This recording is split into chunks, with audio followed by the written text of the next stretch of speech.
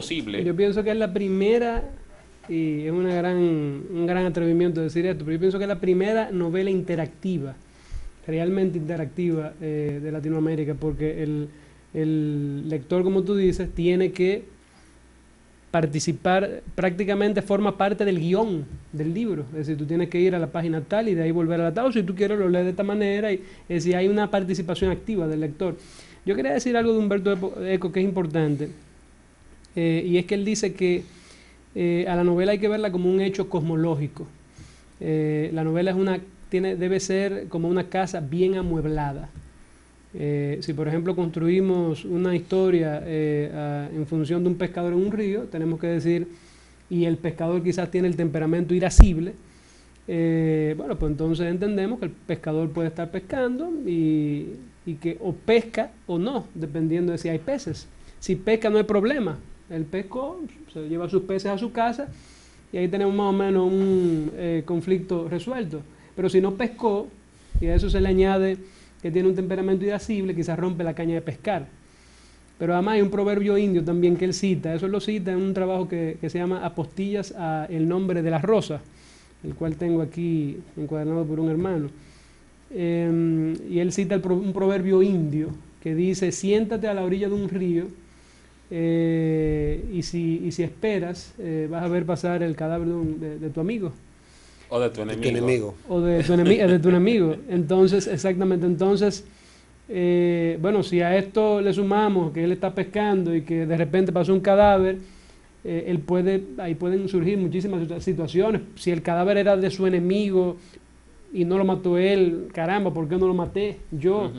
O puede huir, es decir, que ahí inclusive es que también radica esa intertextualidad que vemos en la obra de Humberto Eco, que se preocupa hasta por el título. Es que él dice que antes las cosas estaban más claras. Los cánones de belleza griegos, pues eran los cánones de belleza griegos. Una mujer bella era bella si era como tal, o un hombre si era como tal estatua, y incluso había unas medidas exactas y estaba claro.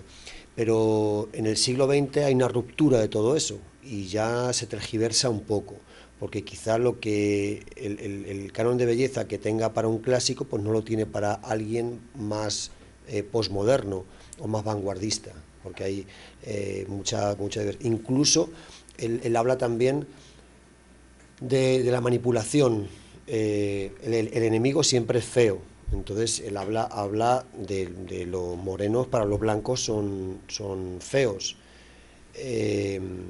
Hablaba de en las guerras, en la Primera Guerra Mundial entre Alemania y Francia, desde el punto de vista francés, hubo un tipo que trató de demostrar que los alemanes defecaban el doble de materia fecal que los franceses. Entonces, un tipo que defeque el doble que nosotros, o sea, es feo y es...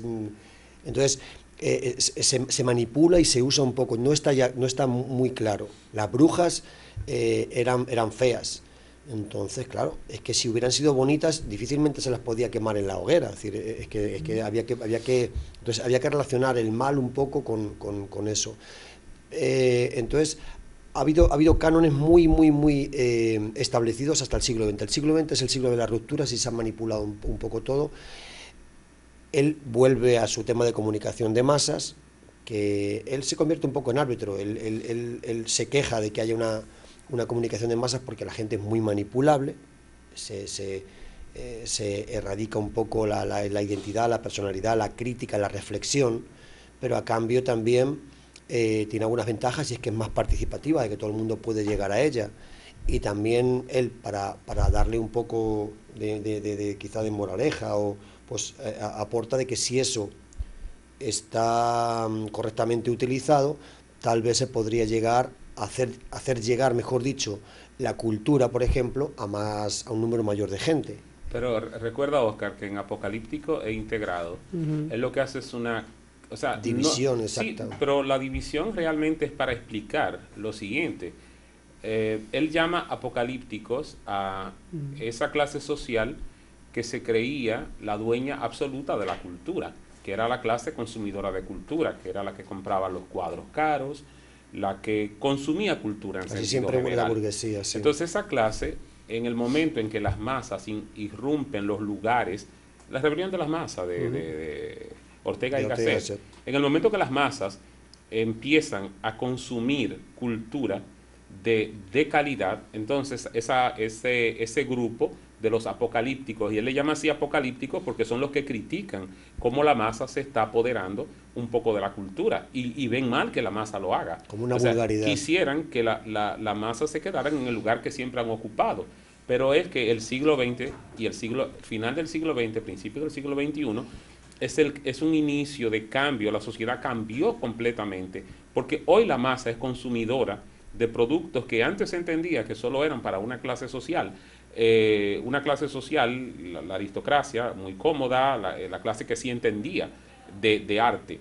Él pone unos ejemplos, y es, por ejemplo, la clase alta consumía cuadros, la clase media consumía libros, y la clase baja se compraba un radio para escuchar música, para hacer una clasificación sencilla y fácil de entender. Pero él no critica de mala forma eso, incluso él lo ve bien, porque él entiende que con esa irrupción de los integrados, que es como le llama, porque la masa se integró a la cultura, pero la masa que se integró a la cultura no es una masa crítica, como son los apocalípticos que ven el fin del mundo, de su mundo, claro está, con la llegada de los integrados. Pero él no lo critica de mala forma, él hace una crítica positiva porque él entiende que la masa accediendo a la cultura tiene posibilidades de cambiar de un modo positivo y no negativo, aunque la masa no es crítica de lo que consume. Esa es hay algo que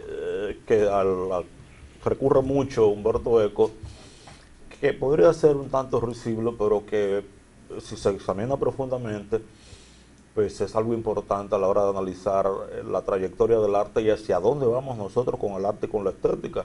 Dice que el arte se terminó, dice, a partir del concepto de belleza y del concepto de fealdad, que el arte se terminó, que la estética también se acabó, que la historia ha llegado a su fin, y dice, y yo mismo ya no me siento muy bien.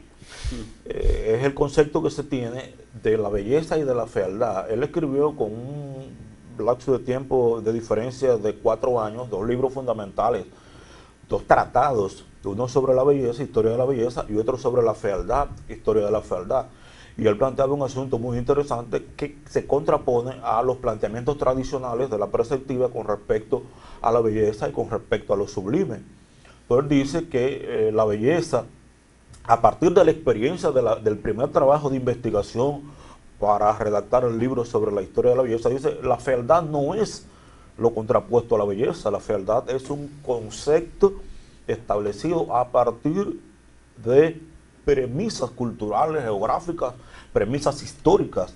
Decía, por ejemplo, lo que para un chino